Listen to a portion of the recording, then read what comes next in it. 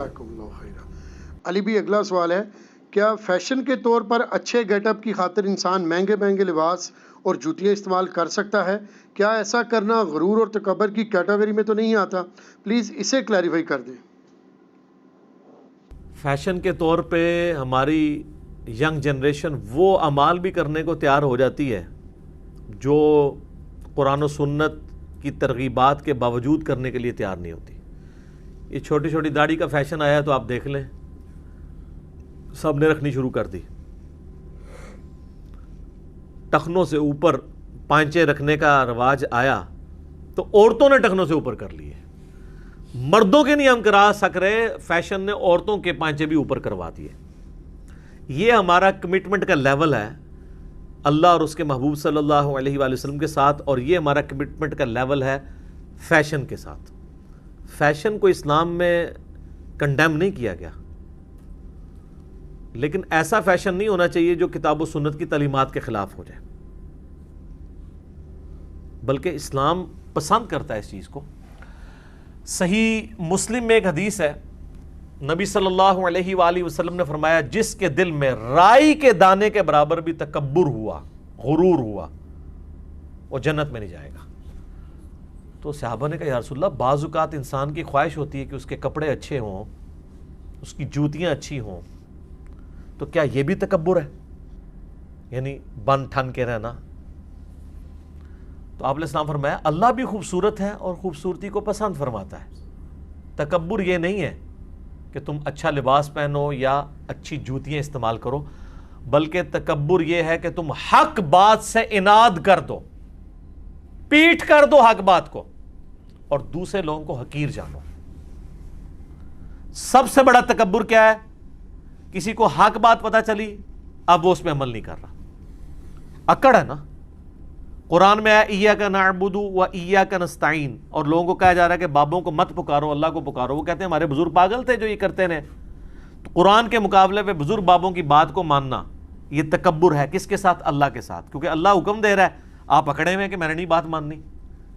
بخاری مسلم سے نماز کا طریقہ دکھا دیا، رکوع میں جاتے وقت، اٹھتے وقت رفع الیدین، اب آپ اکڑے ہوئے ہیں، کتاب و سنت کو پیٹ کر رہے ہیں۔ یہ ہے تکبر اور دوسروں کو حقیر سمجھنا۔ آپ اچھا لباس پہنے، کوئی حرج نہیں، لیکن اس کی بنیاد پہ کسی سے نفرت کرنا، کسی کو بری نظر سے دیکھنا، اس سے کراہت کھانا، یہ منع ہے۔ اور اللہ نے دیکھیں آپ کا کیسا غرور توڑا ہے۔ صحیح بخاری میں 725 نمبر حدیث ہے کہ نبی علیہ السلام جب صف سیدھی کرواتے تو صحابہ کہتے ہیں کہ آپ علیہ السلام ہمیں حکم دیتے کہ پاؤں سے پاؤں ملا لو، تو ہم پاؤں جوڑ دیتے ایک دوسرے کے ساتھ۔ یلزقو کے الفاظ ہیں، سیدھ نہیں، صرف ٹچ کرتے ہیں۔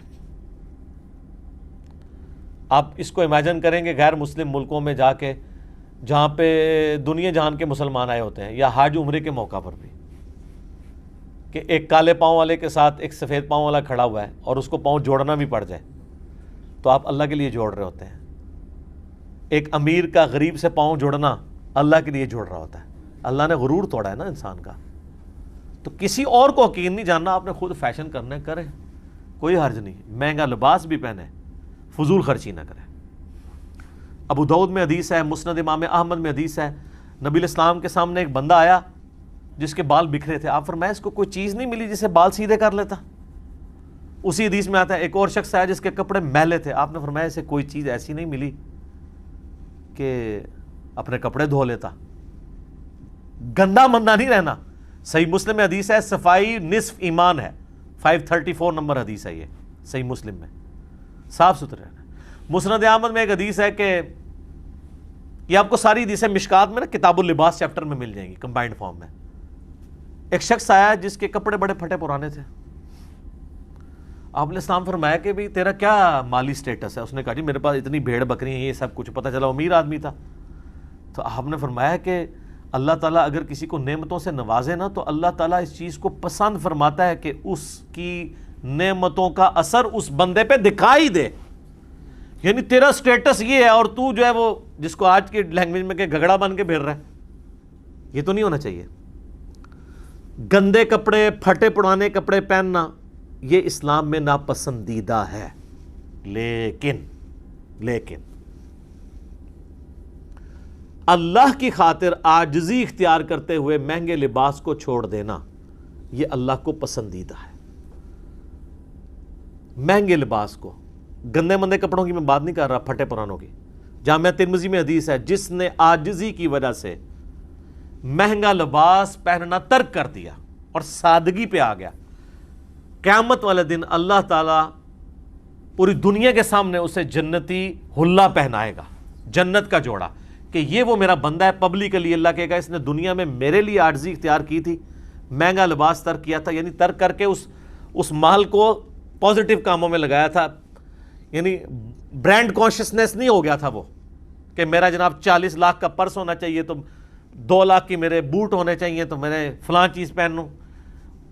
پیسے کو ان کاموں میں لگایا، خدمت خلق کے کاموں میں لگایا، کہیں پہ فائدہ ہو اس کا.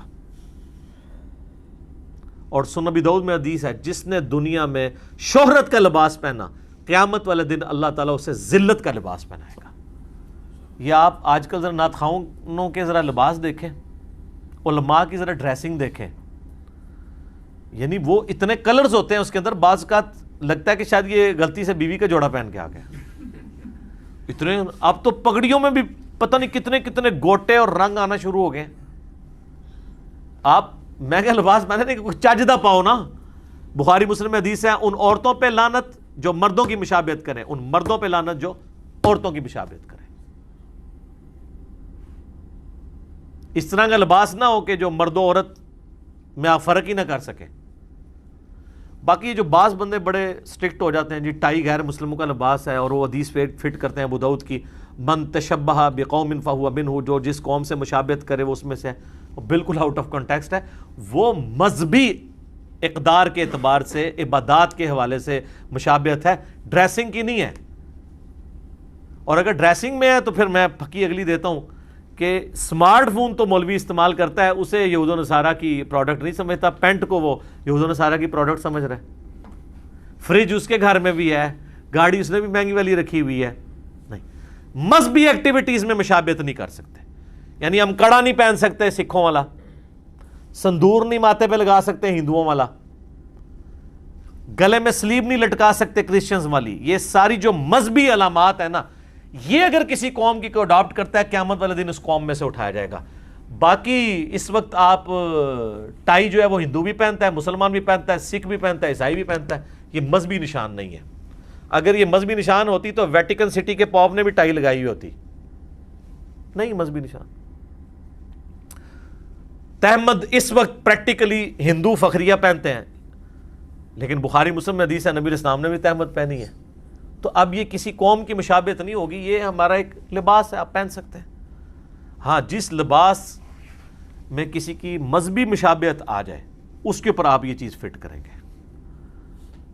نبی علیہ السلام نے مہنگے جوڑے بھی پہنے ہیں. ظاہر آپ نے تو امت کے لیے ماڈل، لیکن آپ نے اوورآل آپ کی زندگی فخر کی تھی. کبھی کبھار آپ نے مہنگا جوڑا بھی جواز کی حد تک پہنا ہے. اور وہ جو آپ کو پتہ ہے پرشین امپائر کے کسرا کی طرف سے آپ علیہ السلام کو ایک جبہ تحفے میں ملا. مسلم شریف میں حدیث ہے، اسما بنت ابی بکر حضرت عائشہ کی بڑی بہن نے ایک کرتا نکالا کالے رنگ کا جبہ، جس کے اوپر گوٹ بھی لگی ہوئی تھی ریشم کی. صحیح مسلم میں آتا ہے کہ 4 انگلی تک ریشم الاؤ ہے، یعنی 4 انگلی کی چوڑائی تک آپ یہاں پہ ریشم کی کڑھائی یہاں پہ کروا سکتے ہیں. تو اس کے دامن میں کڑھائی ریشم کی ہوئی تھی، اور کالے رنگ کا کسروانی تیالسی جبہ تھا. وہ کسروانی تیالسی جبہ ہوتا ہی کالے رنگ کا تھا، پرشین امپائر کا جبہ. جس طرح سندھی اجرک کے ساتھ ریڈ کلر بولنے کی ضرورت نہیں ہے، وہ انڈرسٹوڈ ہے کہ وہ ریڈ ہوتی ہے. تو اسما بنت ابی بکر نے کہا کہ یہ رسول اللہ کا کرتا ہے جو حضرت عائشہ کے پاس پوری زندگی رہا، اس کے بعد ان کی وفات کے وقت میں نے ان سے لے لیا. نبی الاسلام اسے پہنا کرتے تھے، اور ہم اس کا دھون مریضوں کو شفا کے لیے بلاتے ہیں. یعنی نبی الاسلام کے کرتا مبارک کا دھون شفا کے لیے. تو اس میں پتہ چلا کہ نبی الاسلام نے یہ مہنگا لباس بھی استعمال کیا. آپ نے پوری زندگی تحمد استعمال کی ہے، کبھی آپ نے شلوار پجامہ استعمال نہیں کیا، لیکن اسے پسند فرمایا ہے. سنن ابن ماجہ میں حدیث ہے نبی علیہ السلام نے باقاعدہ پجامے کو پسند فرمایا، اسے خریدا بھی. البتہ صحابہ کرام پجامہ پہنا کرتے تھے، کیونکہ پجامہ جو ہے وہ تحمد سے بہتر لباس ہے، اس لیے نبی علیہ السلام نے اسے پسند فرمایا. کیونکہ اگر کوئی شخص تہمت میں ہے اور وہ گرتا ہے اس کی بے پردگی ہونے کے زیادہ چانسز ہیں ایز کمپیئر ٹو پینٹ کے اور پجامے کے، اس میں پردہ زیادہ ہے. تو ہمارا یہاں میں سمجھتا ہوں یہ جو ہمارا جو شلوار قمیض والا لباس ہے یہ تو ون آف دا بیسٹ لباس ہے پردے کے اعتبار سے. کرتا شلوار عربی ویسے وہ توپ استعمال کرتے ہیں لیکن وہ نیچے انہوں نے بھی پجامہ پہنا ہوتا ہے. ہاں یہ نہیں کہ صرف توپ ہی پہنی ہوئی ہوتی ہے انہوں نے، کسی نے شارٹ پہنا ہوتا ہے، کسی نے فل پہنا ہوتا ہے، لیکن نیچے پجامہ انہوں نے پہنا ہوتا ہے پردے کے لیے. تو لیکن ظاہر ہے کہ وہ اتنا کمفرٹیبل اس اعتبار سے نہیں کہ اس میں آپ بھاگ نہیں سکتے. اسی لیے آپ دیکھتے ہیں کہ جب وہ بھاگنا پڑتا ہے نا ان کو تو وہ اٹھانی پڑتی ہے. اسی کی کمپنسیشن یہ ہماری چاکوں نے کی ہے. ہمارے کرتے میں یہ چاک اسی لیے ہیں کہ اگر کہیں بہانا پڑ جائے، کسی مسجد میں کوئی مسئلہ بن جائے آپ کے ساتھ، تو جبے والا تو نہیں بھاگ سکتا، کرتا اور قمیض پہننے والا بھاگ سکتا ہے. اس میں بھاگنا ذرا آسان ہو جاتا ہے. تو فیشن اسلام میں کوئی ناپسندیدہ نہیں ہے، تکبر نہ ہو. تکبر کے حوالے سے آپ یاد رکھیے گا، صحیح بخاری میں حدیث ہے، نبی علیہ السلام نے فرمایا کہ اللہ تعالیٰ فرماتا ہے، حدیث قدسی ہے کہ تکبر میری چادر ہے، جو میری چادر کو کھینچے گا میں ضرور اسے جہنم میں داخل کروں گا. آپ پتہ ہے نا المتکبر کس کا نام ہے؟ اللہ کا. سورۃ الحشر میں المتکبر، تکبر صرف ایک ہستی کو شائع ہے اور وہ اللہ ہے. مخلوق میں کسی پیغمبر کسی فرشتے کو بھی شائع نہیں ہے. اس لیے سب کے سب عاجزی شو کرتے رہے. تو تکبر میری چادر ہے جو کھینچے گا. اس کا مفہوم آپ کو تب سمجھ آئے گا جب آپ اس زمانے میں جائیں.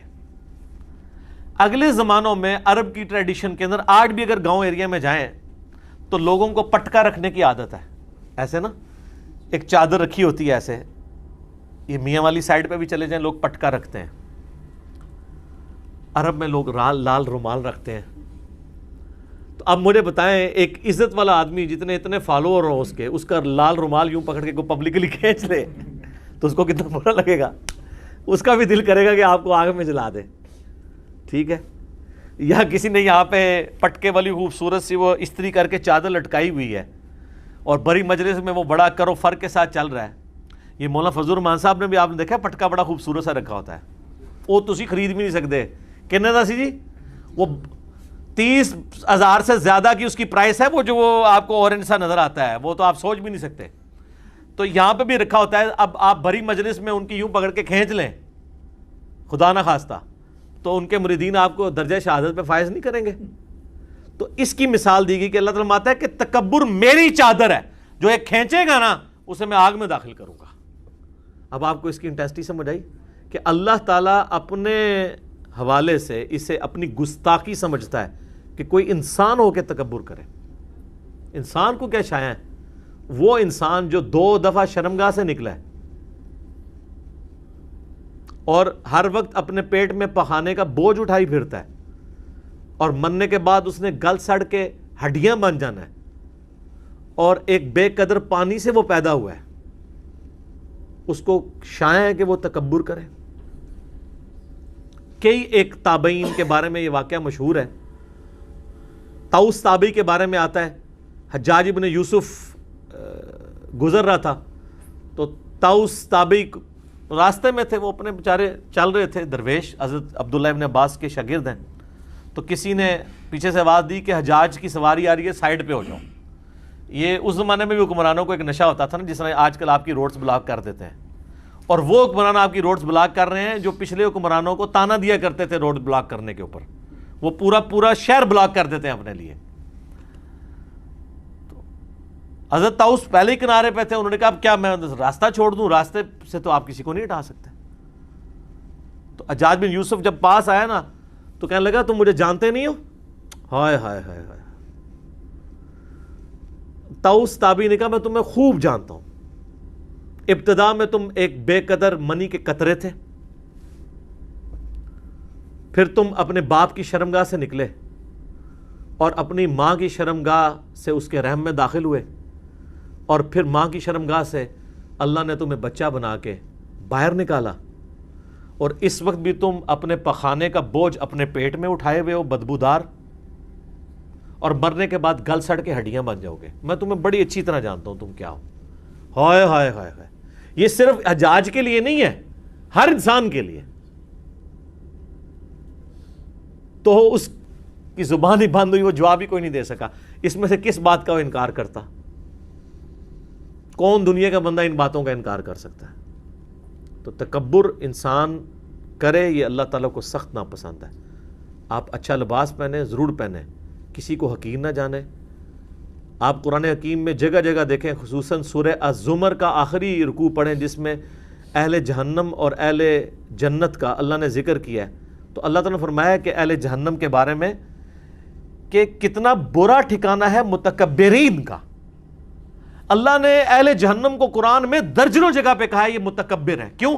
انہوں نے پیغمبر کی دعوت سے اناد کیا ہوتا ہے، اور پیغمبر کی دعوت سے روگردانی کرنے والا متکبر ہے. جو میں نے مسلم کی حدیث پڑھی پہلے کہ تکبر یہ نہیں کہ اچھا لباس پہنو یا اچھے دکھو، بلکہ حق بات سے اناد کرنا اور لوگوں کو حقیر جاننا، یہ تکبر ہے. اللہ تعالیٰ ہمیں تکبر سے محفوظ فرمائے. آمین ثم آمین. ٹھیک ہو.